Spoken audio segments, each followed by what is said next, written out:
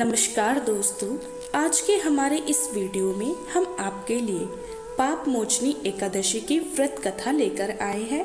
युधिष्ठिर महाराज ने भगवान श्री कृष्ण से पूछा, हे शिव, कृपया कर आप मुझे चैत्र मास के कृष्ण पक्ष में आने वाली पाप मोचनी एकादशी के विषय में बताइए।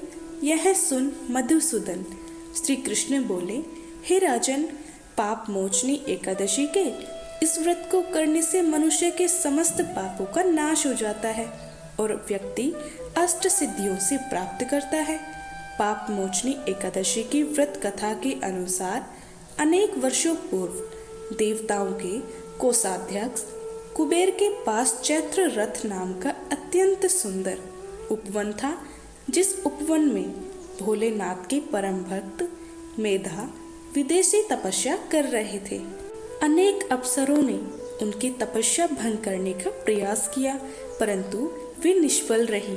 इसीलिए उन मंजू गोसा नाम की एक अप्सरा ने ऋषि की तपस्या भंग करने का निश्चय किया। मेधावी मुनि के आश्रम से कुछ दूरी पर वह मधुर वीणा बजाने लगी और गायन करने लगी। मेधावी मुनि घूमते हुए उसकी ओर आ गए और उसे इस प्रकार गायन करता हुआ देख मोह के वशीभूत हो गए और उनके साथ रमण करने लगे। भगवान भोलेनाथ के रहस्य को वह भूल गए। ऐसे ही स्मरण करते हुए बहुत समय बीत गया। एक दिन अप्सरा मंजू घोषा देवलोक वापस जाने लगी। जाते समय उसने मुनि से कहा, हे ब्राह्मण, अब आप मुझे मेरे देश आने की आज्ञा दीजिए। तब मेधावी जी बोले कि देवी, जब तक सवेरे की संध्या न हो जाए तब तक आप यहीं ठहरो। तब मंजू घोषा बोली, हे मुनिवर, अब तक न जाने कितनी संध्याएं चली गई, मुझ पर कृपया कर आप बीते हुए समय का विचार कीजिए। तब मंजू घोषा की बात सुन मेधावी ऋषि ने बीते हुए समय का हिसाब लगाया। तब उन्हें पता चला कि उन्हें इस अप्सरा के साथ 57 वर्ष बीत गए।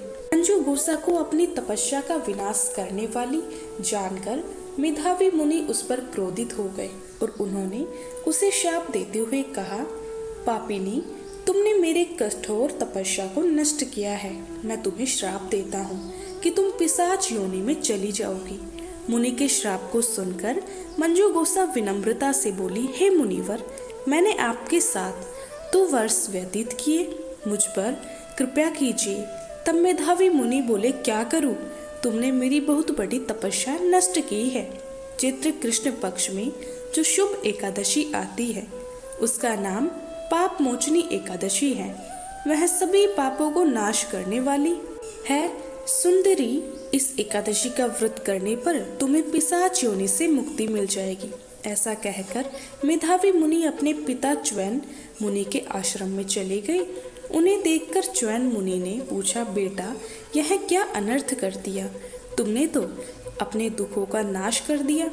तब मेधावी मुनि बोले, पिताजी, मैंने पाप किया है। कृपया कर कोई ऐसा प्रायश्चित बताए जिससे मेरे पापों का नाश हो जाए। तब च्वैन मुनि ने कहा, चैत्र कृष्ण पक्ष की पाप मोचनी में का दोषी का व्रत करने पर तुम्हारे पापों का नाश हो जाएगा। यह सुन मेधावी मुनि ने विधि पूर्वक पाप मोचनी एकादशी का अनुष्ठान किया, जिसके प्रभाव से उनका पाप नष्ट हो गया और वह तपस्या से परिपूर्ण हुए। इसी प्रकार मंजू घोषा ने भी पाप मोचनी एकादशी के उत्तम व्रत का पालन किया, जिसके प्रभाव से वह पिशाच की योनि से मुक्त हुई और दिव्य रूप धारण कर स्वर्ग लोक चली गई।